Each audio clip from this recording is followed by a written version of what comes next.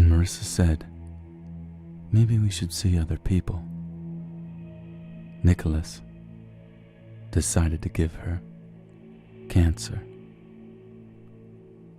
Nicholas, like many geniuses, had his great obsession.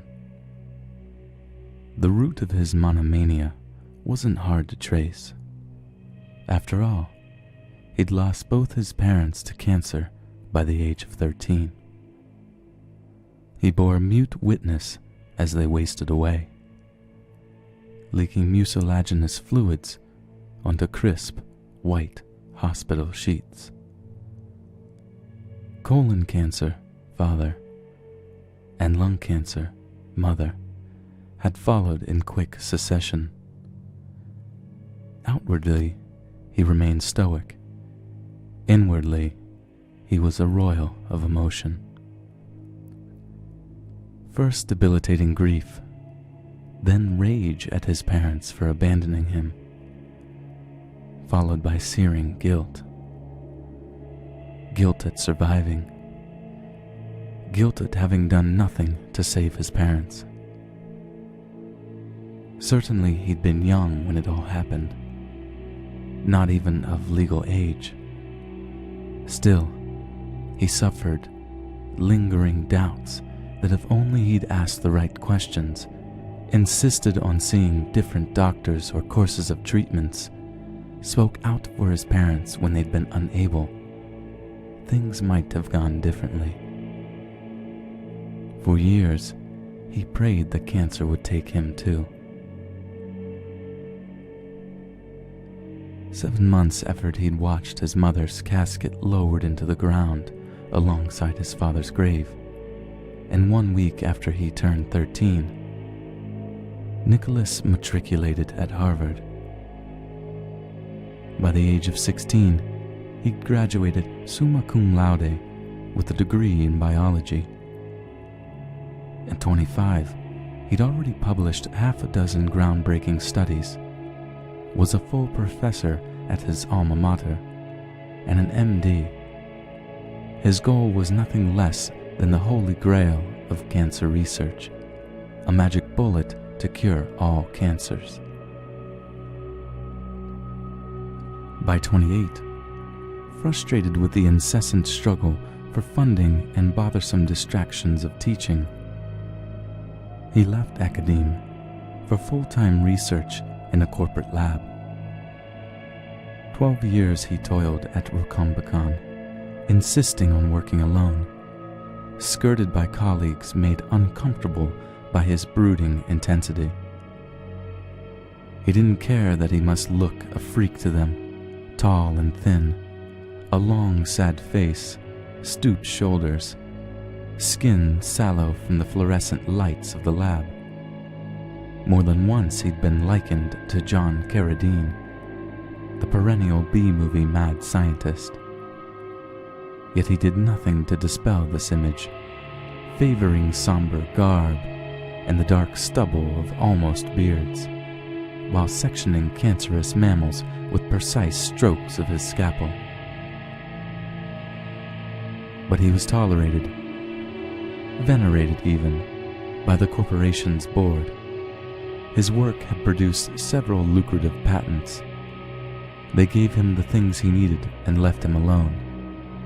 In the same way cancer had relentlessly consumed his parents' vital organs, so it consumed his imagination, day after day in the lab, and during endless, sheet-twisting nights in his Spartan, bare-walled apartment.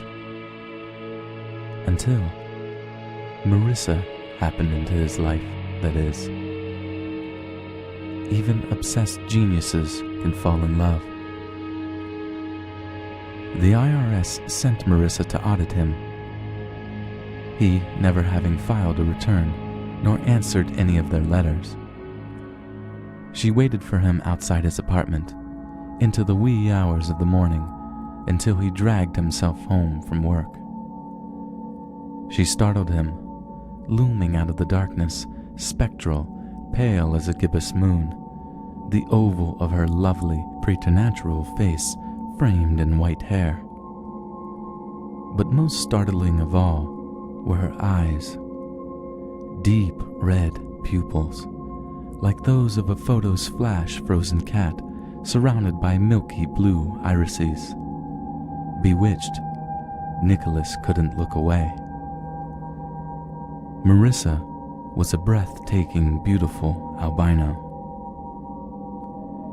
She wore a perfectly tailored black suit, a shocking contrast to her unpigmented skin and Argentine hair. A red garnet pin on her lapel glowed with the same eerie light as her eyes.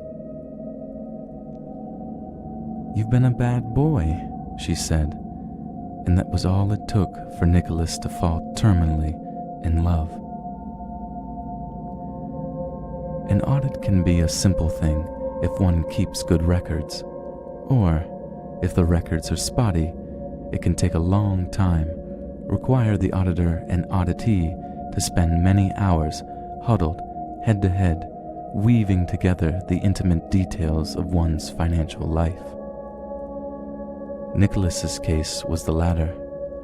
Not only had his parents come for money, carrying with them all the attendant stocks, bonds, and sundry other investments he'd inherited and then ignored, but the generous royalty contract he'd negotiated with his biotech firm he'd netted him a small fortune, and now that 3 of the drugs he developed were fairly burning up the market, his tax liability, penalties included, were substantial. 7 figures was her guess. A prolonged audit would be necessary. Nicholas was elated. Over the course of the next few weeks, he spent less and less time at the lab, and more at his apartment with Marissa, sifting through his financial records, slowly exposing his empty life through an audit trail. Within days, cancer had been displaced in all his waking thoughts by her. When she wasn't around, he suffered the pangs of nascent love, the sleepless nights and torturous days waiting for her to reappear. To prolong the audit, he lost some of the critical paperwork, purposely misreported on other forms. She was unfazed. They ordered pizza as they tried to make sense of his statements of earning and losses, tipped espressos in the local donut shop as they sorted receipts.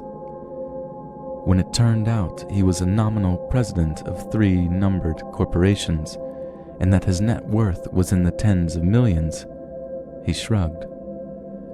Marissa was clearly puzzled by his reaction, at his indifference to his own wealth.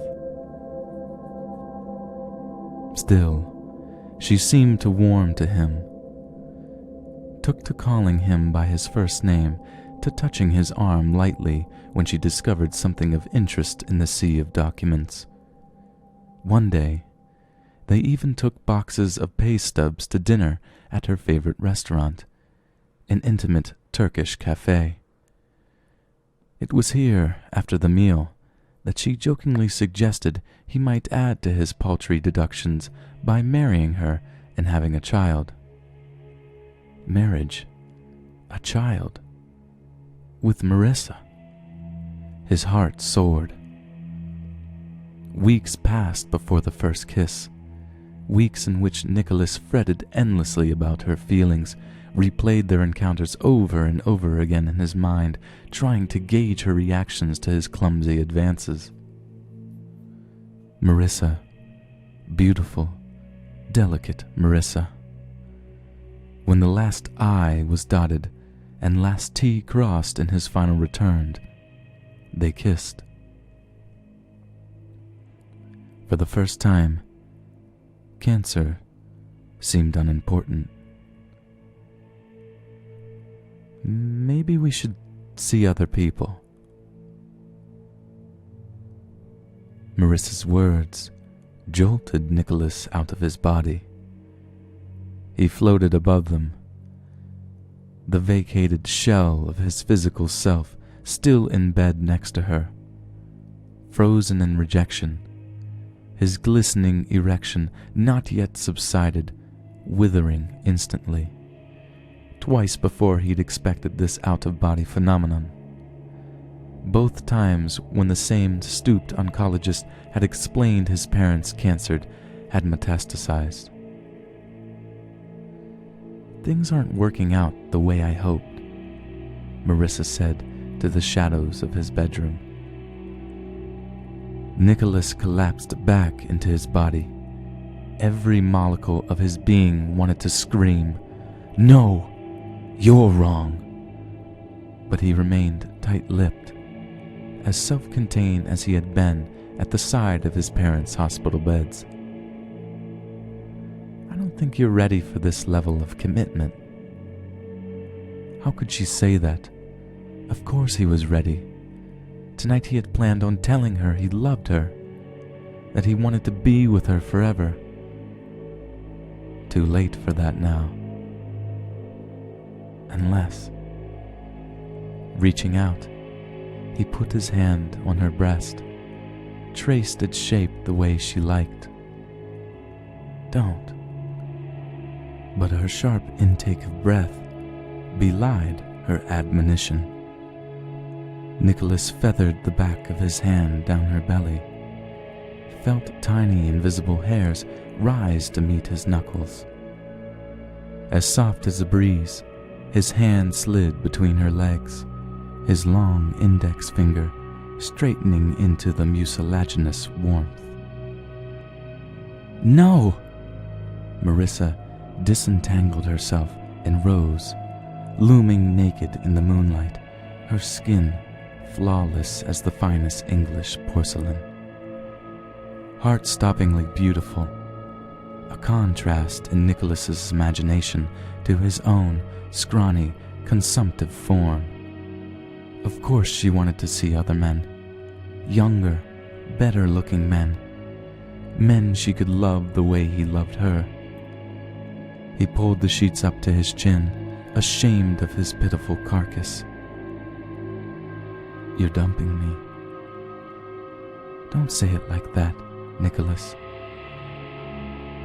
His genius utterly failed him. She was slipping away while all he could do was stupidly clutch the edge of the sheet.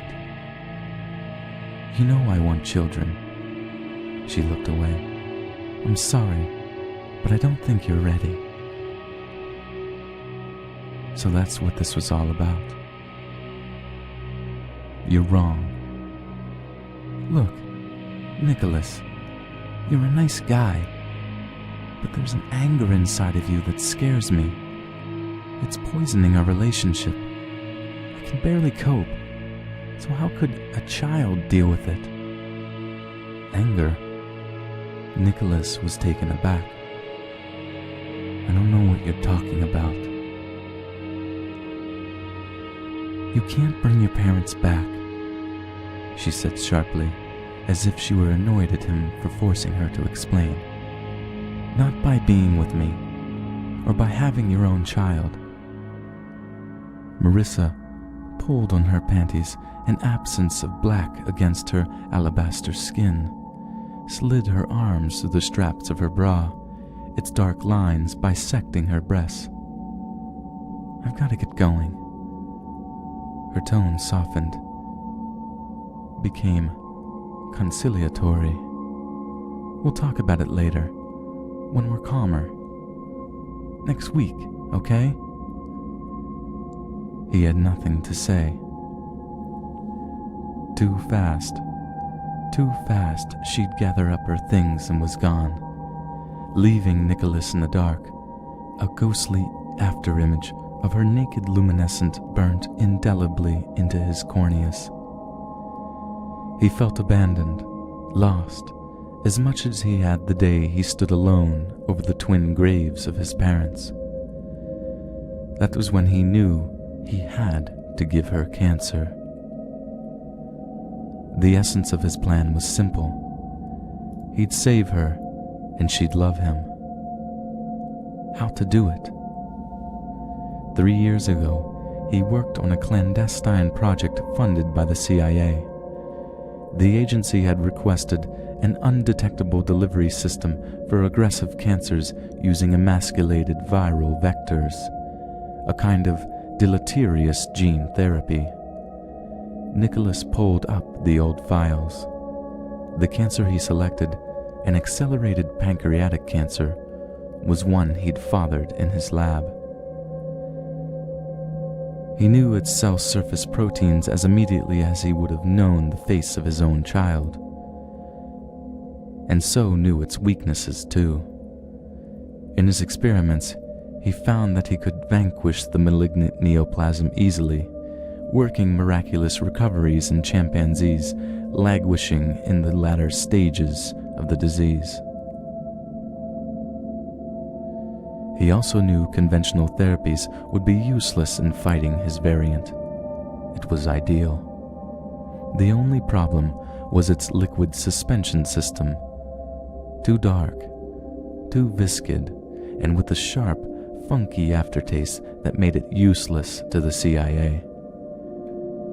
But Marissa loved the thick, brackish coffee served at the Turkish place. Nicholas was right in the believing that the murky liquid was one of the few substances likely to mask the taste, smell, and appearance of his acrid, carcinogenic goo. A tiny squeeze tube in his pocket, an opportune moment when she excused herself to go to the toilet. Nicholas picked up a silver-plated teaspoon, stirred, watching the liquid diffuse in the miniature cup. Marissa returned and resumed her seat. She looked at him oddly. Nicholas frowned, then realized he was still stirring her coffee. "Sorry," he said, dropping the spoon.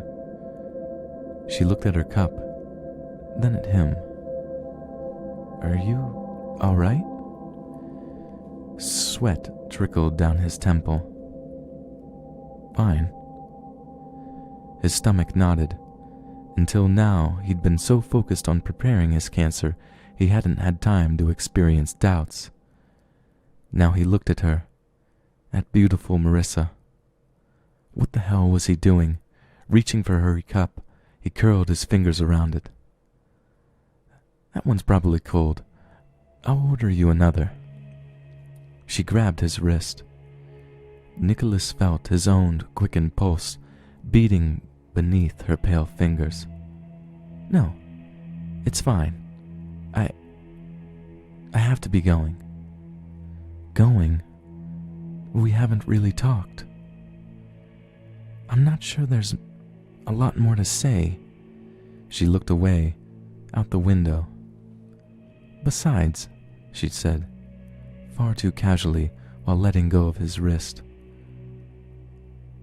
"I really do have to be going. Another case." Another case? Another late-night audit, like his? Nicholas felt nauseous. He let go of the cup. Marissa picked it up and put it to her lips. Nicholas watched her drink. She dropped her share of the bill on the table and, with a chaste peck on Nicholas' cheek, was gone. 6 weeks later, she called him from the cancer ward. "Ask any researcher. As good as a chimp is for modeling a human being, a chimp is not a human being." So, it shouldn't have been complete surprise to Nicholas when things went awry. Amidst the monitor ping and the drip of the IV, he hovered over her hospital bed, devastated. Marissa's fingers clutched weakly at his. She looked deceptively normal, but inside, things had gone very wrong. Unlike the lab experiments, Marissa's cancer had metastasized, slipping into other organs where it wasn't supposed to have gone. It spread with a single-minded virulence that befuddled the doctors at the hospital. In a matter of weeks, Marissa's poor body had not only been assaulted by pancreatic cancer, but had been besieged with an inexplicable spate of other cancers afflicting her colon, lungs, and throat. Nicholas's miraculous cure aimed at only one target, the pancreas. In that respect, the experimental drug he proffered the doctors had worked exceptionally well. They were singularly impressed at the results. But as for the other cancers, they gave her 4 months, tops. Nicholas stared at Marissa's beautiful, sad face. She would abandon him as his parents had. And, for all his genius, there wasn't a damn thing he could do about it. Or was there? Fused trophoblasts. He'd made the proposal to the board several years ago. His notion was to fight cancer with an equally aggressive vector, embryonic cells, or more specifically, trophoblasts cultivated from embryonic cells. After all, the embryo's struggle to bury itself in its mother's uterus was rivaled only by the assault of malignant cancer on normal tissue.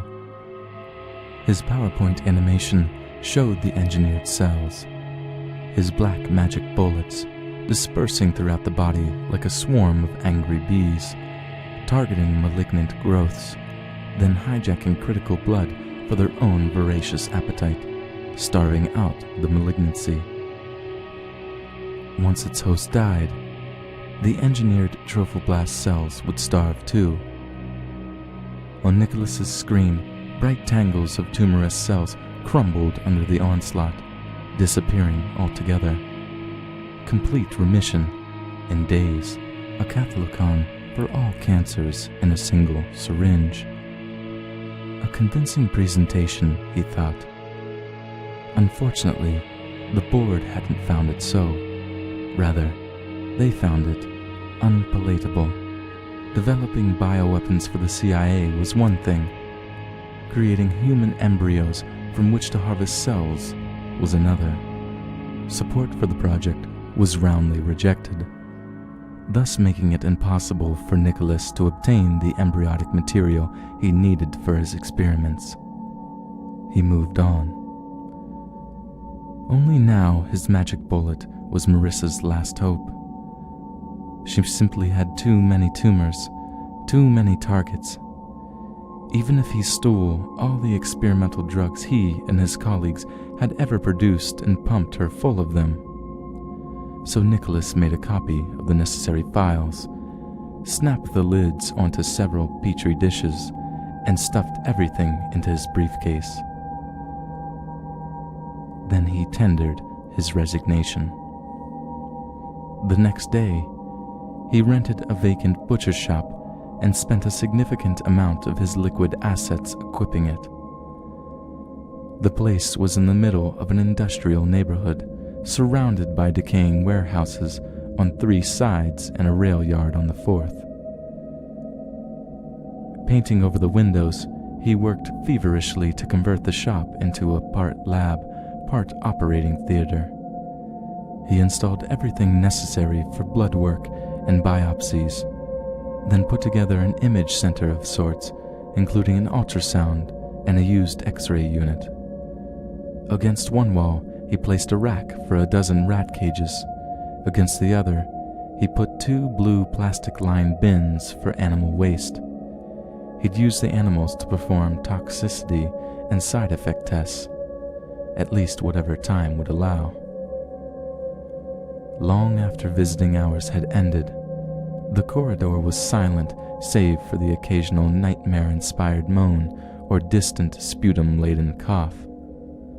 Unseen, Nicholas slipped past the sleepy-duty nurse and crept into Marissa's darkened room.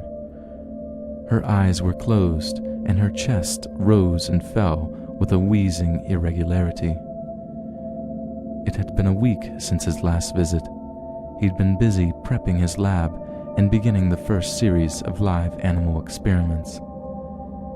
And her condition had so deteriorated Nicholas was shocked in momentary inaction. She looked hollowed out, her cheeks sunken, her eyes dark bruises, her long, glorious hair all but gone from the futile regimen of radiation and chemotherapy. Nicholas picked up her hand. It was limp and damp, like holding a drowned kitten. She stirred and groaned softly. Her eyes fluttered open, startling him. Her red pupils were dilated. "Nicholas, I'm here." Why? She floated groggily in a sea of painkillers. He stroked her forehead gently. "Why what, Marissa? Why did you do this to me?" Nicholas was taken aback. Did she know? She'd never mentioned it to any of his previous visits. Or was she just delirious, talking about something else, an errant memory swimming up through the analgesics? He searched her face, but couldn't tell. She swallowed and closed her eyes. In a moment, her breathing slowed and, although shallow, became regular. "Because I love you," Nicholas said, kissing her lightly on the forehead. He carefully detached the IV drips, sliding the needles from her velum skin, dribbling bright red lines on her thin arms. Peeling back the tape, Nicholas removed 2 catheters. Cradling her like a newborn, he lifted and placed her in the wheelchair he'd bought. He made for the elevator, passing the now empty nursing station and down the street level. He rolled her through the emergency room, past incurious, dazed eyes lost in their own pain, and out to his waiting van.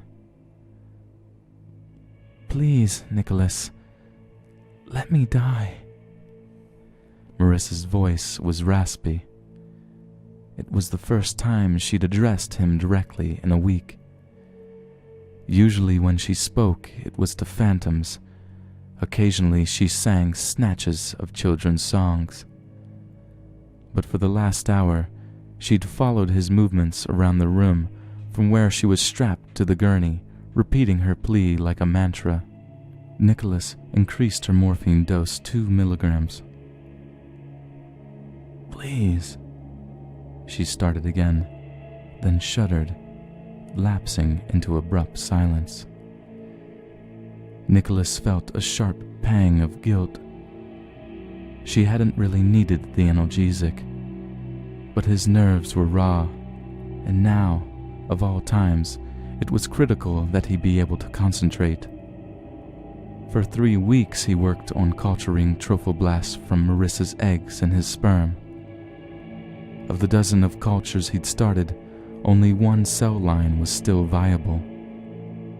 Nicholas filled a syringe with half of the murky fluid in which her final hope swam, slid it into a vein in her arm, then thumbed the plunger, firing his magic bullet at their targets. Marissa rallied, and Nicholas allowed himself a faint hope. In the days that followed, her tumors began to shrink. In the next 2 weeks, her progress was astonishing. Her recovery seemed a certainty. Nicholas was joyous. Then, her remission came to a crashing halt. Her tumors began reasserting themselves. Nicholas applied a second course of treatment. It used up the last of his engineered cells. Only this time, her rally lasted for no more than 48 hours. The cancer made up for its temporary abatement with a deadly new efficacy. Fresh lymphomas, carcinomas, and myelomas appeared. Lumps developed in her breast and uterus, her left iris flecked with black spots characteristic of melanoma of the eye, and her nose developed ulcerating sores. Her beautiful, once pristine skin slowly receded under masses of brown lesions and red-purple nodules of Kaposi's sarcoma. Esophageal cancer ravaged her throat, reducing her cry to an unrecognizable rasping noise. When an X-ray revealed the dark spots of several gliomas in her brain tissue, Nicholas finally understood her cancer-riddled organs were beyond even his powers of redemption. In days, perhaps hours, Marissa would succumb. He'd lost again. 6 weeks to the day after he brought her here, exhausted and filled with desperate anguish, he pulled her off life support, then lay next to her on the gurney and wept. Despite his belief that he was feeding the cancers more than her, Nicholas kept her IVs attached. He couldn't bear to starve her to death. He loved her too much for that. So she lingered another day, and then the next, for a whole week. But how? For 2 long weeks, the cancers continued their rampage. She barely looked human. There wasn't a single centimeter of her ivory skin left. Although she was still vaguely Marissa-shaped, she was a mass of lesions, waxy brown lumps, and suppurating tumors. Her left eye was dark with clotted blood. It swelled and crusted over, forcing her lid perpetually open. Nicholas leaned over to examine the brown, distended globe. He touched it with the tip of his latex-clad finger, and it popped, bladdering his cheek with a yellowish-white pus. How could she be alive? Nicholas hadn't a clue. Unless... A snatch of conversation he'd once had with Marissa came back to him. One of the few times he'd talked to her about his work. "Isn't cancer caused by a mutation?" she'd asked. He'd answer in the affirmative. "And isn't that also how new species evolve?" He conceded the point. So maybe cancer is a new form of life struggling to express itself. At the time, he tried to explain the naivety of her point, but now, Nicholas wondered if he hadn't been the naive one. Another week passed. Nicholas's lab filled with the stench of death, of the bacterial products of decay. Histamine, putrescine, and cadaverine. But instead of killing her, the tumors commandeered her organs and stabilized them, creating dark, clotted doppelgangers. The smell diminished. New growths popped up, the cancers somehow activating long dormant sequences of DNA. Strange, misshapen organs proliferated inside her abdominal walls and thoracic cavity. They pulsed with life, and dark fluids passed around and through them, sustaining her.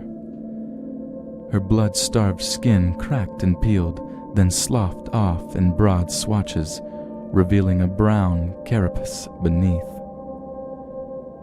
Where her mouth had been was a blistered oval, something that might have been a tongue twisted in its depths. 2 brown, fibrous orbs had replaced her albinic eyes, twitching in dark sockets, mimicking the movement of real eyes. But did they see anything? Nicholas had no way of knowing. Marissa was alive. He stared at her, incredulous and appalled. How could he love such a monster? Yet he did. when blood formed dangerous, fetid pools in her new organs, Nicholas disensanguinated her. He washed the blood from the floor with a hose, sprayed it into runoff channels. A brown sludge now circulated in her sclerotic veins. A few days later, he cut out her fibrous, atrophied heart. It had no appreciable effect on her. Marissa, his Marissa, made odd, ululating sounds. Turning her head back and forth as if trapped in a nightmare. Nicholas discontinued the morphine. She calmed. However, when he approached, her head swiveled and her body strained towards him, as if she wanted him to comfort her. Nicholas pulled on his latex gloves and stroked her striated forehead. She relaxed. A dark arm pressed against his thigh. Though nobody else in the world could possibly have understood the mangled word, Nicholas did. Marissa, his Marissa, had called his name. Nicholas peeled off his gloves. He reached out and, for the first time since he'd brought her here, touched her directly. Her skin was steepled with waxy bumps and felt cool beneath his fingertips. Yet, in that moment, he could not have loved her more. She stirred when he touched the prominence of her breast. The nipples had rotted and fallen off nearly a month ago, but the rest of the breast had hardened into the shape that remained true to Marissa's. He stroked her the way she liked. Marissa groaned, arching against the restraints. Just as he had done so long ago, Nicholas feathered the back of his hand down her belly, felt tiny invisible hairs rise to meet his knuckles. As soft as a breeze, her hand slid between her legs, his long index finger straightening into the mucilaginous warmth. A single drop of brownish fluid ran down his finger to his knuckle and fell onto the table. Nicholas had an erection. She called out his name again. Climbing onto the gurney, Nicholas straddled Marissa. Her head rose to meet his, her lipless mouth fitting precisely over his. And something pointed and greasy tore across his tongue like a rasp. He jerked his head back, tasting his own welling blood, and something else too. The pang of loneliness, abandonment, and dark, brashish coffee. The taste of cancer. He leaned forward and kissed her harder this time, pressing his face against hers, his weight fully on her chest, her blistering breath forced down his throat, scalding his esophagus like bad scotch, unfurling in his lungs, settling contentedly there. He kept his lips on her.